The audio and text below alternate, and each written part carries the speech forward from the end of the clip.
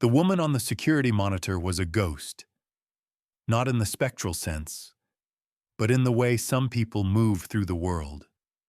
Unseen, unheard, and utterly ignorable.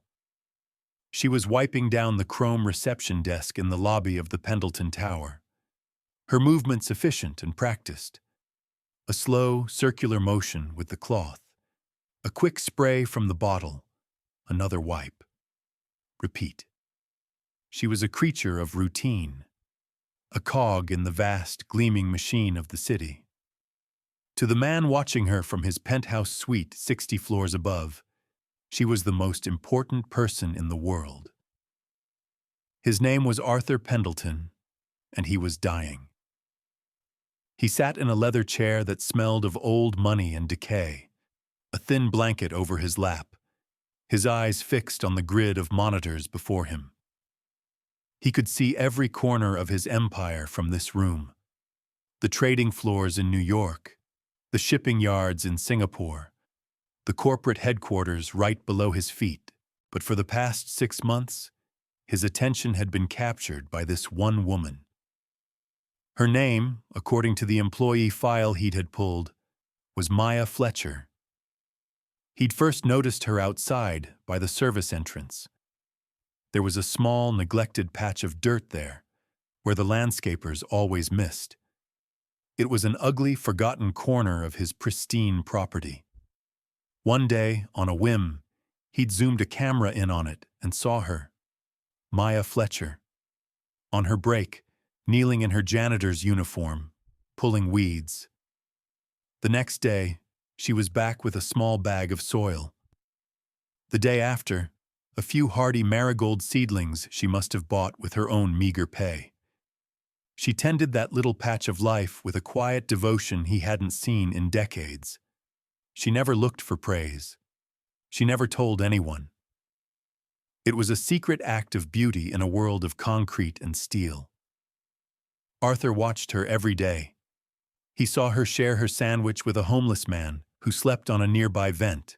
He saw her help a frantic tourist with directions, her smile patient and genuine. He saw her on the phone, her face etched with worry as she spoke to her daughter's school. He had his investigators do a background check, not out of suspicion, but out of a deep, burgeoning curiosity. The story they brought back was one of quiet, unrelenting hardship. Maya Fletcher was a widow. Her husband, Sergeant David Fletcher, had been killed in action 2 years prior. He had left her with a 6-year-old daughter named Lily and a mountain of debt hidden in his name that his military pension barely touched. She worked 2 jobs. By day, she cleaned office buildings. 3 nights a week, she worked in the kitchens of the Willow Creek Country Club, one of Arthur's many properties, scrubbing pots and pans until her hands were raw. She lived in a cramped apartment in a bad neighborhood, where the sirens were a constant lullaby. She was perpetually tired. She was perpetually struggling, but she was not broken. Arthur Pendleton, a man who had everything, saw in Maya Fletcher something he had lost long ago, an untarnished soul. His own children were vultures, circling his fortune, their faces masks of feigned concern. His executives were sharks, smelling blood in the water. He had built an empire of things, but his life was empty of goodness. In his final months, this cleaning woman, this ghost in the machine, had become his final project, his redemption. He picked up the phone and dialed his lawyer. It was time to change his will. The alarm clock screamed at 5 in the morning. Maya's hand slapped at it, a desperate search for silence. Her body ached. Every muscle, every joint felt like it was filled with ground glass. It was the familiar pain of exhaustion, the price of survival. She swung her legs out of bed, the floorboards cold against her bare feet. For a moment she sat on the edge of the mattress, her head in her hands. She was tired. She was hungry. She was alone. A small cough echoed from the other room. Lily. Maya's heart clenched. The sound was a constant reminder of the medicine she couldn't afford, the doctor's visit she kept putting off. She pushed herself to her feet. There was no time for self-pity. Lily needed her. She moved through the tiny apartment, a ballet of practiced poverty. She stepped over the creaky floorboard by the bathroom, flicked the light switch twice to make it catch, and turned the faucet just so to get a trickle of hot water. In the kitchen, the refrigerator hummed a sad, empty tune. Inside was half a carton of milk, a few eggs, and a Tupperware container with leftover rice. She had $7.42 in her purse. That had to last until Friday. "Morning, sweet pea," she said, her voice a forced whisper of cheer as she entered Lily's room. The little girl was tangled in a thin blanket, her dark curls spread across the pillow. Her eyes, so much like her father's, fluttered open. "Morning, Mommy." Maya's love for her daughter was a fierce, protective fire. It was the fuel that kept her going when everything else was gone. She made Lily a small bowl of oatmeal, saving the eggs for dinner. As Lily ate, Maya packed her own lunch. 2 slices of cheap bread with a sliver of margarine. It was a meal of pure function, devoid of pleasure. On the refrigerator, held by a chipped magnet, was a stack of overdue bills. The red ink of the final notice on the electricity bill seemed to mock her. Another week. She just needed to make it another week. She thought of her second job at the country club. The work was grueling, the heat from the industrial dishwashers oppressive. But it was cash in hand at the end of the weekend. Enough to buy groceries. Enough to keep the lights on for a few more days. She remembered her husband, David. He always used to say, "Kindness costs nothing, Maya. It's the one thing you can always afford to give away." It was his mantra, the code he lived by, and died by. He'd been killed pulling a wounded comrade to safety. He had always chosen the harder right over the easier wrong. She tried to honor that, to live by his code, even when the world felt determined to crush her. She took Lily to the bus stop, kissing her forehead and watching until the yellow bus disappeared around the corner. Then she began her own journey, a long walk to the bus that would take her downtown to the Pendleton Tower. As she walked, she passed the small community garden at the edge of her neighborhood. A group of volunteers was planting new flowers. One of them, an elderly woman, dropped her trowel. Maya, already late, stopped. She walked over, picked up the tool, and handed it back to the woman with a small smile. "Thank you, dear," the woman said, surprised. "You're welcome," Maya replied, and continued on her way. She didn't know it, but that small, simple act was a continuation of a pattern. A pattern of quiet grace that had sealed her fate in the most unimaginable way. She was just being Maya. She was just honoring David. She didn't know she was being watched.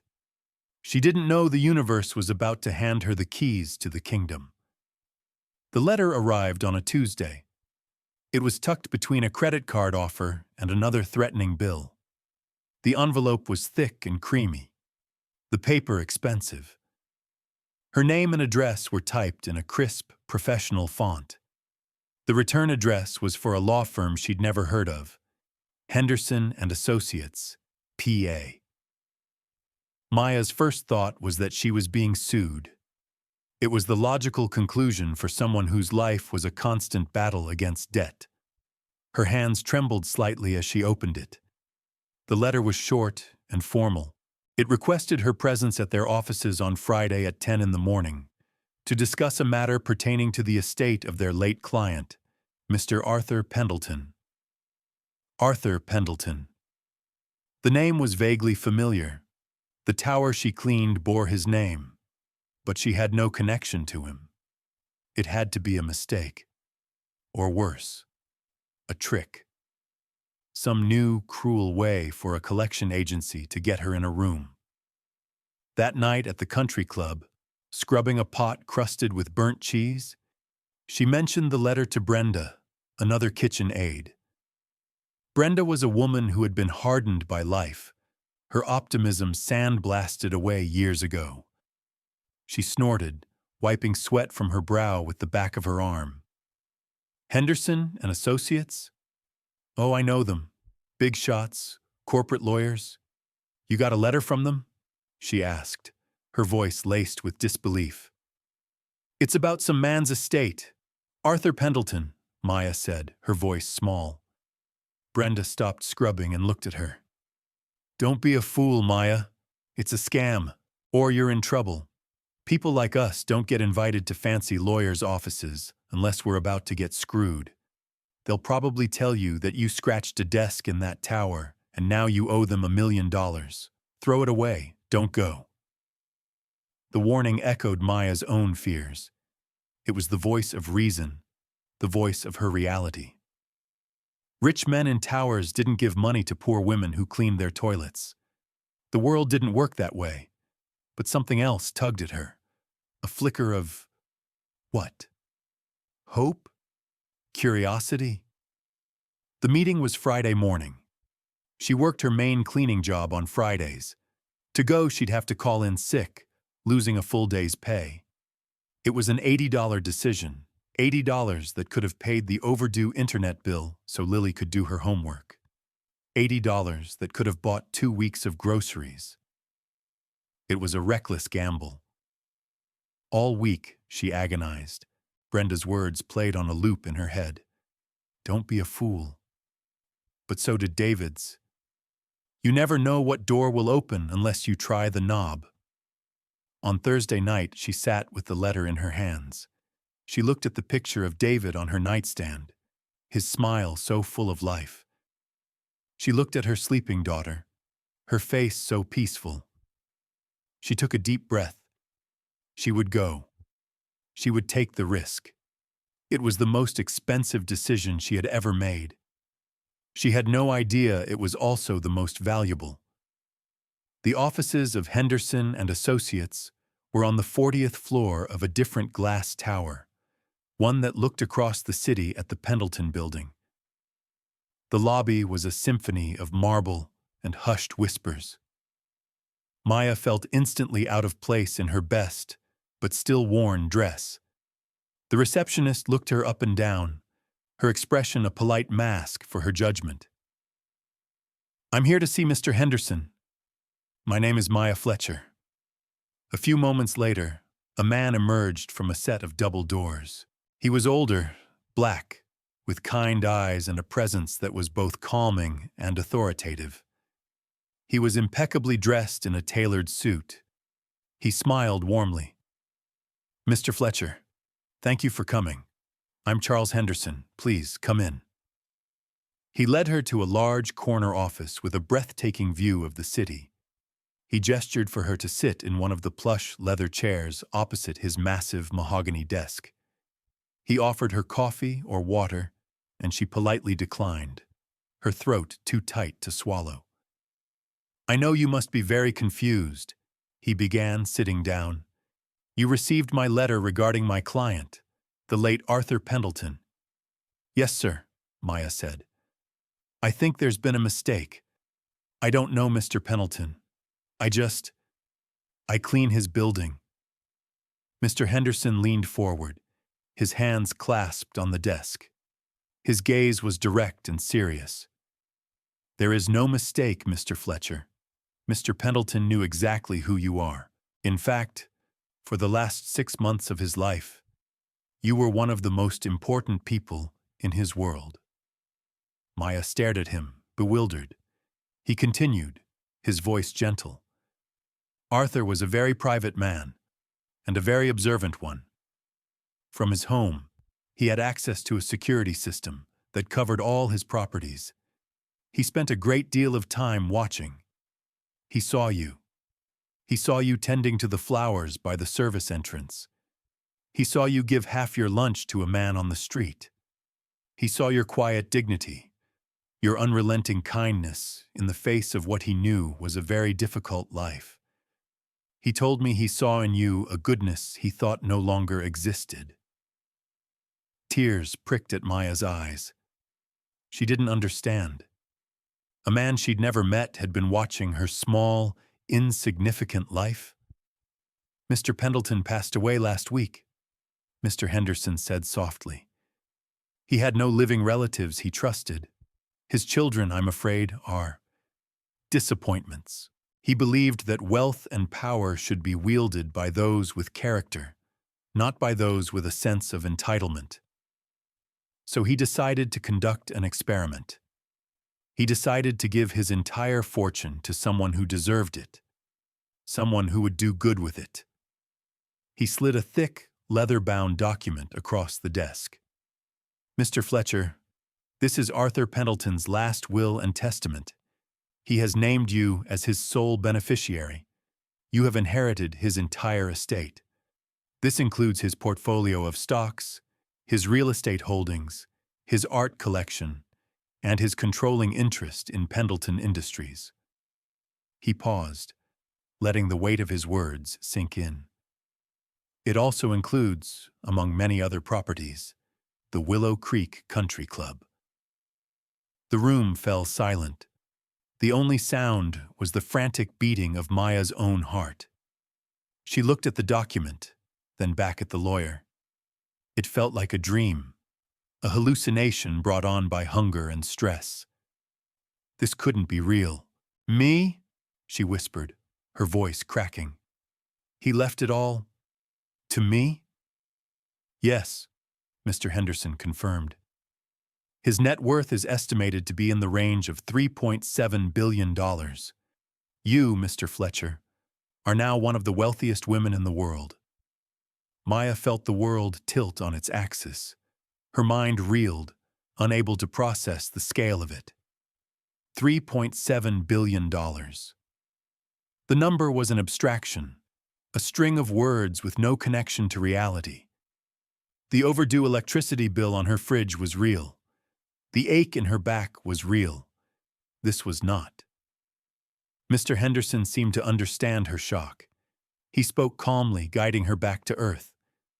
"There will be a great deal to process. We will help you with every step. My team will handle the financial transitions, the legal requirements. But Arthur had one small request. He wanted you to experience the life you now have before you are buried in the duties that come with it. He wanted you to see one of his properties not as an employee, but as an owner, as a guest." He leaned forward again. "Tomorrow is Saturday. I want you to take your daughter, Lily, to the Willow Creek Country Club. Go to the pool. Have lunch. Enjoy the day. Don't tell anyone who you are. Just be there. Feel what it's like. On Monday, we will convene an emergency board meeting and I will formally announce the transfer of ownership. But for one day, I want you to see the club for what it is, from the other side of the fence." It was Arthur's wish. Maya could only nod, her mind a whirlwind of disbelief and dawning, terrifying possibility. Go to the club, the place where she scrubbed pots in a sweltering, windowless room. Go to the pool, the shimmering blue oasis she had only ever glimpsed through a service corridor window. It seemed like a fantasy, a dangerous, beautiful fantasy. Saturday morning was different. For the first time in years, Maya didn't wake up to the scream of an alarm clock. She woke up to the sun streaming through her window and the impossible words of Charles Henderson echoing in her mind. One of the wealthiest women in the world. She looked around her tiny apartment, at the peeling paint and the worn furniture. It still didn't feel real. "Mommy, are we really going swimming?" Lily asked, her eyes wide with excitement. Maya had told her they were going to a special new pool as a surprise. The joy on her daughter's face was the first thing that anchored her to this new reality. "We really are, Sweet Pea. Maya said, her voice catching. They dressed in their best, but simple bathing suits. Maya packed a small bag with their worn towels and a bottle of water. As she stood by the door, a wave of anxiety washed over her. She was about to walk into the lion's den. She was a cleaner, a kitchen aide. What right did she have to be there? The members, with their expensive clothes and casual air of ownership, would see right through her. They would know she didn't belong. Just be there, Mr. Henderson had said. Feel what it's like. She took Lily's hand, her small fingers wrapping tightly around her own. For Lily. She could do this for Lily. The entrance to the Willow Creek Country Club was imposing. A long, winding driveway flanked by perfectly manicured lawns led to a sprawling, colonial-style clubhouse. Maya had only ever used the rear service entrance, a world of dumpsters and loading docks. Walking through the front door felt like a transgression. The lobby was cool and quiet, smelling of lemon polish and money. No one stopped them. They walked through the clubhouse and out onto the sprawling terrace that overlooked the pool. It was exactly as she had imagined it, a vast expanse of sparkling turquoise water, surrounded by pristine white lounge chairs and umbrellas. The air was filled with the sounds of laughter, splashing, and the gentle clinking of ice in glasses. Maya found 2 empty chairs tucked away in a corner, hoping to remain inconspicuous. Lily could barely contain her excitement. She immediately kicked off her sandals and ran to the edge of the water, dipping her toes in. Maya watched her, a lump forming in her throat. This was the life she had dreamed of for her daughter. A life without want, without fear. A life of sunshine and laughter. For an hour, they were invisible. They swam in the pool, Lily shrieking with delight as Maya tossed her gently in the air. They sat on their towels, sharing a small bag of chips Maya had brought from home. It was perfect. Maya began to relax. Maybe this would be okay. Maybe she could belong here after all. And then she saw her. Karen Whitehall was the club's membership director, a position she had held for 20 years. She was a woman who wielded her minor authority like a weapon. She patrolled the grounds with a proprietary air, her eyes constantly scanning for any imperfection, any person or thing that was out of place. She was tall and thin, with a helmet of blonde hair and a face that seemed permanently fixed in a state of mild disapproval. Her eyes, sharp as a hawk's, swept across the pool deck and landed on Maya and Lily. She stopped. Her lips thinned into a razor-sharp line. She saw a black woman and a child in simple, non-designer swimwear with worn towels. They did not fit the aesthetic. They did not belong. In Karen Whitehall's meticulously curated world, they were a stain. She began to walk towards them, her stride purposeful and aggressive. The leisurely atmosphere around the pool seemed to tense as she approached. People knew her. They knew her temper. They knew what was coming. "Excuse me," Karen's voice cut through the air, sharp and cold as breaking glass. She stood over Maya, casting a long shadow. "Can I help you?" The question was not an offer of assistance. It was an accusation. Maya, still dripping from the pool, looked up at her. She felt a familiar knot of dread tighten in her stomach. "We're just enjoying the pool," she said quietly, her voice steady. Karen's eyes narrowed. "This pool and this entire club is for members and their registered guests only. I don't recognize you. Who are you a guest of?" Maya thought of what Mr. Henderson had said. "Don't tell them who you are." She was supposed to be a guest. She had every right to be here, more right than anyone. She straightened her back. "We have a right to be here," she said, her voice firmer this time. The response was like a lit match tossed on gasoline. Karen's face flushed a deep, angry red. "A right to be here?" she repeated, her voice rising in volume, drawing the attention of everyone nearby. "You people waltz in here, thinking the rules don't apply to you. You probably snuck in through a back gate. I've seen it 100 times." Heads were turning now. People were lowering their sunglasses, their conversations dying down. They were watching, some with discomfort, others with a kind of hungry curiosity. "We didn't sneak in," Maya said, her heart pounding. Lily, sensing the tension, moved closer, hiding behind her mother's leg. "Oh, really?" Karen sneered. "Then what's your member number? Or did you forget it along with your manners?" She leaned in closer, her voice dropping to a conspiratorial, venomous whisper. "This is an exclusive club, you understand. We have standards. We don't just let anyone in off the street." The implication was clear, ugly, and suffocating. Maya felt the sting of it, the familiar shame of being judged by the color of her skin. She felt the eyes of everyone on her. She was on display, a specimen in a zoo of privilege. "There's no need to be rude," Maya said, her voice shaking slightly despite her efforts to control it.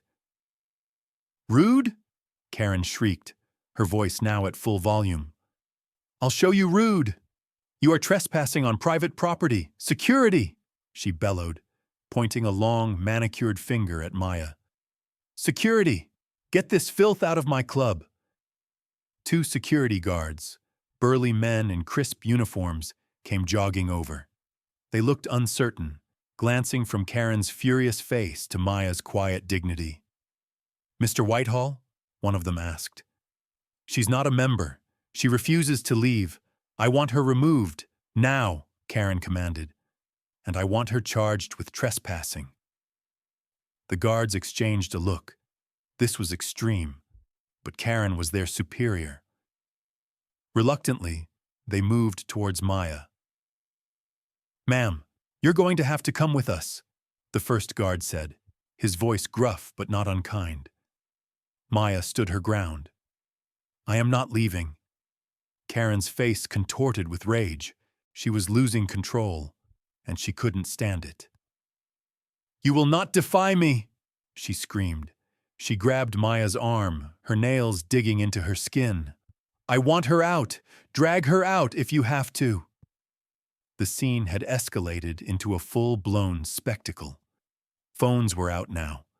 People were recording, their faces a mixture of shock and morbid fascination.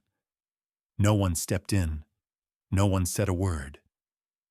The passive bystander chorus watched as the drama unfolded. Lily started to cry, her small sobs lost in the cacophony of Karen's shouting.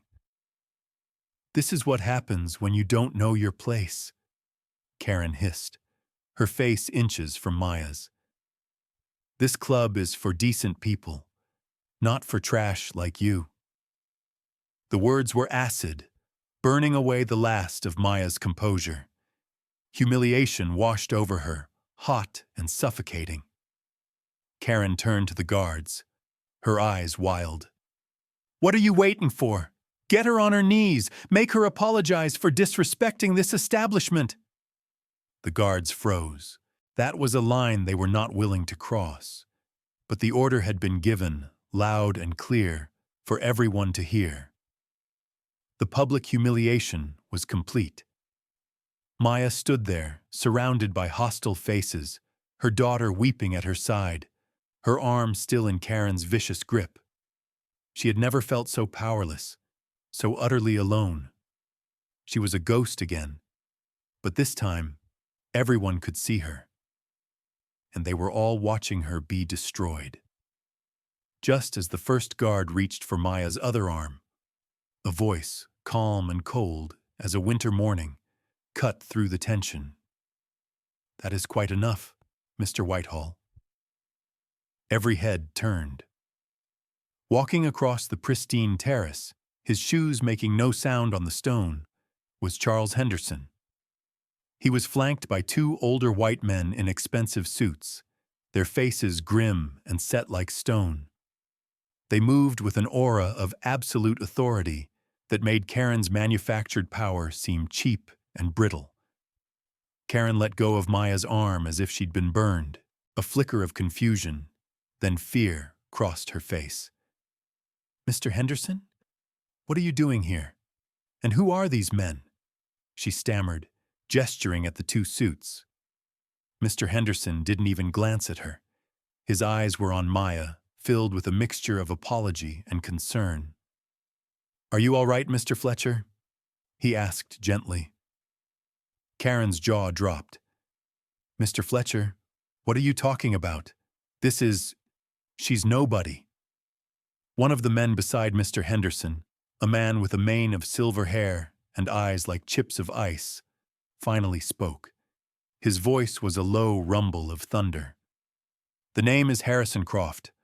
I am the chairman of the board of this club, and you, madam, will address this woman with respect." Karen went pale. She had seen Mr. Croft's picture in the club newsletter. He was a legend, a close personal friend of the late Arthur Pendleton. She began to sweat, her bravado evaporating under his glacial stare. I don't understand," she whispered. Mr. Henderson stepped forward, opening a leather portfolio he was carrying. "Let me make it perfectly clear for you, Mr. Whitehall," he said, his voice ringing with authority across the now dead-silent pool deck. "As of 10 o'clock yesterday morning, upon the reading of Arthur Pendleton's last will and testament, the entirety of his estate, including 100% of the ownership and assets of the Willow Creek Country Club, was transferred to his chosen heir." He paused, letting the silence stretch, building the moment. He then turned and gestured with an open hand towards Maya, who stood stunned, holding her still sobbing daughter. "You are addressing the new owner of the Willow Creek Country Club. Allow me to introduce you all to Mr. Maya Fletcher." The reveal landed like a physical blow. A collective gasp went through the crowd. Phones that had been recording the humiliation now recorded the shock. Karen Whitehall's face, which had been pale, now seemed to drain of all color, leaving a waxy gray mask of horror. "No," she breathed, shaking her head. "No, that's impossible. It's a joke. She's a cleaner. She works in the kitchen. I've seen her." Her voice was a desperate, cracking plea for reality to reassert itself. "She was a kitchen aide, yes," Mr. Henderson said, his voice dripping with contempt. "Forced to work 2 jobs to support her daughter after her husband, a decorated soldier, died serving this country. Mr. Pendleton saw her character. He saw her integrity. Something you, Mr. Whitehall, clearly know nothing about." He produced the legal documents from his portfolio, the official deed of ownership with Maya's name printed in bold, black ink. He held it up for all to see. The proof was irrefutable. The power dynamic had not just shifted, it had been utterly and irrevocably inverted. Karen's knees buckled. She stumbled backward, catching herself on a lounge chair. Her carefully constructed world of privilege and prejudice had crumbled to dust in a matter of seconds. She looked at Maya, not with anger anymore, but with a primal, animal fear. She had just assaulted, humiliated, and tried to have arrested the most powerful person she had ever met, the new owner of her entire world, the woman who now held her fate in the palm of her hand. The chairman, Mr. Croft, stepped forward. His gaze was fixed on Karen, and there was no mercy in it. "Arthur was my best friend," he said, his voice low and dangerous. "He despised bullies. He despised prejudice. What you have done here today is a desecration of his memory and an unforgivable stain on this institution." He turned to the 2 security guards, who were standing frozen, their faces ashen. You two. You were prepared to physically assault this woman and her child on the illegal order of this person. You are fired. Pack your things and vacate the premises immediately. You will be escorted out. The guards didn't argue. They simply nodded, their faces a mixture of shame and relief, and began to walk away. Mr. Croft then turned his attention back to Karen, who was now openly weeping, mumbling pleas for forgiveness. And you, Mr. Whitehall, your employment with the Willow Creek Country Club is terminated, effective immediately. Your severance will be 0. Your pension is forfeit. Furthermore, he added, a grim satisfaction in his voice, I was just on the phone with our chief financial officer. A preliminary audit requested by Mr. Henderson has revealed certain discrepancies in the membership accounts you manage. It appears you have been embezzling funds for years. As if on cue, 2 uniformed police officers, who had been waiting discreetly by the entrance, began walking onto the pool deck. They moved with a calm, unhurried purpose. Karen's head snapped up, her eyes wide with terror. No, please, I have a mortgage, I have a family, it was a mistake, I didn't know. You didn't know she was rich, Mr. Croft corrected her coldly. But you knew she was a human being, and you treated her like garbage. That wasn't a mistake, that was a choice. The officers reached her. One of them spoke, his voice polite but firm. Karen Whitehall, you are under arrest for assault and suspicion of embezzlement. You have the right to remain silent. The metallic click of handcuffs echoed across the water. The sound was the final, definitive punctuation mark on her spectacular downfall. The same crowd that had watched Maya's humiliation now watched in stunned silence as Karen Whitehall, the Queen of Willow Creek, was led away in disgrace. In the aftermath, a profound quiet settled over the pool. The spectacle was over. The reckoning was complete. All eyes now turned to Maya. She stood, no longer a victim, but the undisputed center of power. She had comforted Lily, who had finally stopped crying and was now looking around with wide, curious eyes. Maya took a breath. She felt the weight of every stare. She could have been vengeful. She could have been angry. But that wasn't who she was. That wasn't who David had taught her to be. She stepped forward, her voice clear and strong, carrying across the silent space. My husband, Sergeant David Fletcher, died fighting for a country that promises liberty and justice for all, she began. He believed in that promise. He believed that people should be judged by the content of their character, not by the color of their skin or the money in their bank account. She looked around at the faces of the members, the wealthy, the privileged. For too long, this place has been a symbol of exclusion, a place where people were made to feel that they didn't belong. Today, that changes. Today, the promise my husband died for comes to Willow Creek. Her voice grew stronger, filled with a conviction that came from a lifetime of quiet integrity. From this day forward, this will not be a place of judgment. It will be a place of community. It will be a place of kindness. The only membership requirement will be a good heart. Everyone who believes in treating others with dignity and respect is welcome here. Everyone. A tentative sound started. A single person, a woman in the back, began to clap. Then another, and another. Within seconds, the entire pool deck erupted in thunderous applause. It was a wave of catharsis, of shame and admiration and relief. The people who had filmed her humiliation now cheered for her strength. The young lifeguard, who had stood by and done nothing, approached her, his eyes filled with tears. "I'm so sorry, ma'am," he stammered. I should have, I should have said something. I was wrong." Maya looked at the young man, saw the genuine remorse in his face, and gave him a small, forgiving smile. "Now you know better," she said simply. "That's what matters." The applause continued, a roar of approval that washed over her, cleansing the last remnants of the shame and fear she had felt only minutes before. She was no longer a ghost. She was the owner. She was the leader. And this was just the beginning. The days that followed were a blur. Mr. Henderson and his team moved with swift efficiency, insulating Maya from the complexities of her new reality while guiding her through the essentials. The first order of business was to leave her old life behind.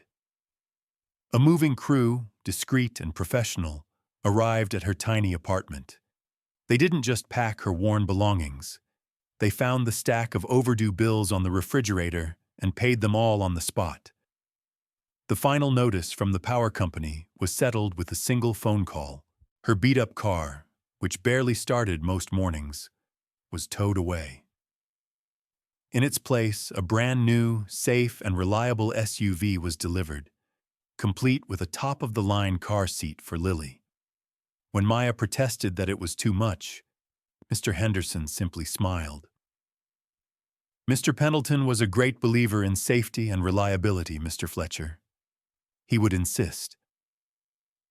They were moved from their cramped apartment into Arthur Pendleton's home. It wasn't a house, it was an estate.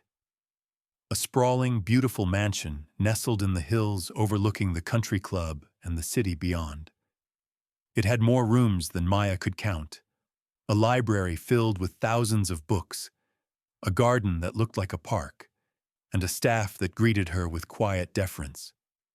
The refrigerator, unlike her old one, was filled to bursting with fresh fruit, vegetables, and every kind of food a little girl could dream of. The scale of it all was overwhelming. Maya would often wake up in the middle of the night in her massive, comfortable bed and think it was all a dream. She would have to get up and walk through the silent, moonlit halls of the mansion, touching the cool marble statues and the rich wood paneling, just to convince herself it was real.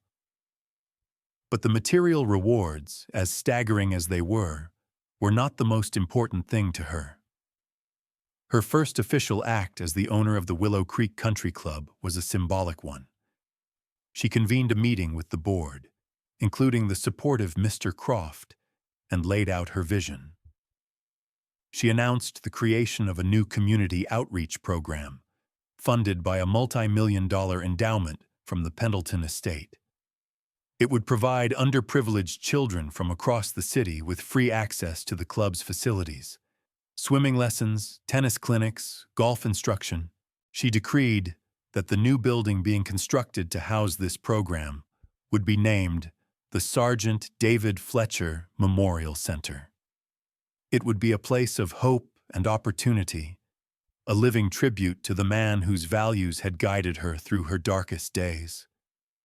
The board, inspired by her vision and eager to erase the stain of the pool incident, approved the motion unanimously. The news of the Willow Creek story went viral. The videos of Karen's tirade, followed by the dramatic reveal, were seen by millions. But it was Maya's story that captured the public's imagination. The story of the kind, hard-working cleaning woman who inherited a fortune and chose to use it for good.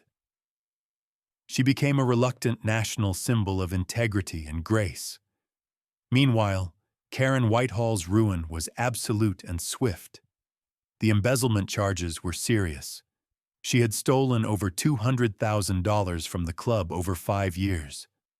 Faced with overwhelming evidence, she pleaded guilty. The judge, having seen the viral video of her behavior, was unsympathetic. She was sentenced to 5 years in federal prison. Her husband filed for divorce the day after her arrest, citing the public humiliation and her criminal activity. She lost her home, her family, and her freedom. Her name became a cautionary tale, a synonym for entitled prejudice brought to justice. Maya took no pleasure in Karen's downfall. She saw it as a sad, inevitable consequence of a life lived without empathy. Her focus was on the future. She established the Fletcher Fund, a charitable foundation dedicated to supporting Gold Star families, providing financial aid, grief counseling, and educational scholarships for the children of fallen soldiers. She poured her energy into transforming the country club from an exclusive enclave into a vibrant community hub. 6 months passed. The change was remarkable. The manicured lawns of the Willow Creek Country Club, once the exclusive domain of the wealthy, now echoed with the diverse laughter of children from every neighborhood. The Sergeant David Fletcher Memorial Center was a thriving hive of activity. Maya, once invisible in her janitor's uniform, now walked the grounds with a confident stride, greeting members and program participants by name. She wasn't just the owner, she was the heart of the place. She had traded her cleaning rags for board reports, her exhaustion for a deep sense of purpose. She learned about finance, about management, about philanthropy. She proved to be a natural leader, her decisions always guided by her unwavering moral compass. She implemented fair wage policies for all club employees, ensuring that the kitchen staff she had once worked alongside were paid a living wage and treated with dignity. One sunny afternoon, Maya and Lily were at a public park far from the manicured grounds of Willow Creek. Maya was pushing Lily on a swing, her face tilted up to the sun. She looked peaceful, radiant. The lines of worry that had once creased her brow were gone, replaced by a serene confidence. She saw a young woman nearby, struggling with a stroller and several overflowing bags of groceries. A bag tore, and a cascade of oranges rolled across the pavement. The woman let out a cry of frustration, on the verge of tears. Without a second thought, Maya stopped pushing the swing. "I'll be right back, Sweet Pea," she said to Lily. She walked over to the struggling mother. She didn't announce who she was. She didn't offer a lecture. She simply knelt down and began helping her pick up the oranges. "Oh, thank you," the young woman said, her voice thick with relief. "I'm just having one of those days." "I know those days," Maya said with a warm, empathetic smile. Together, they gathered the fruit. Maya helped the woman consolidate her groceries into the remaining bags. As they finished, Maya reached into her purse and pulled out a gift card to a local supermarket. It was for $500. "Here," Maya said, pressing it into the woman's hand. "For a better day." The woman stared at the card, then at Maya, her eyes wide with disbelief. I can't take this." "Yes, you can," Maya insisted gently. "Just promise me one thing. When you're able, you'll find a way to pass the kindness on to someone else who needs it." Tears welled in the young woman's eyes. She nodded, unable to speak. She simply whispered, "Thank you." Maya smiled, gave the woman's arm a gentle squeeze, and walked back to her daughter. She hadn't changed. The money, the power, the mansion, none of it had touched the core of who she was. She was still the woman who tended forgotten flowers, who shared her lunch with a stranger, who believed in the simple, profound power of a kind heart. Have you ever judged a book by its cover? Have you ever assumed you knew someone's story just by looking at them? Maya Fletcher taught an entire community, and perhaps the world, that true worth isn't measured by what you own or where you come from.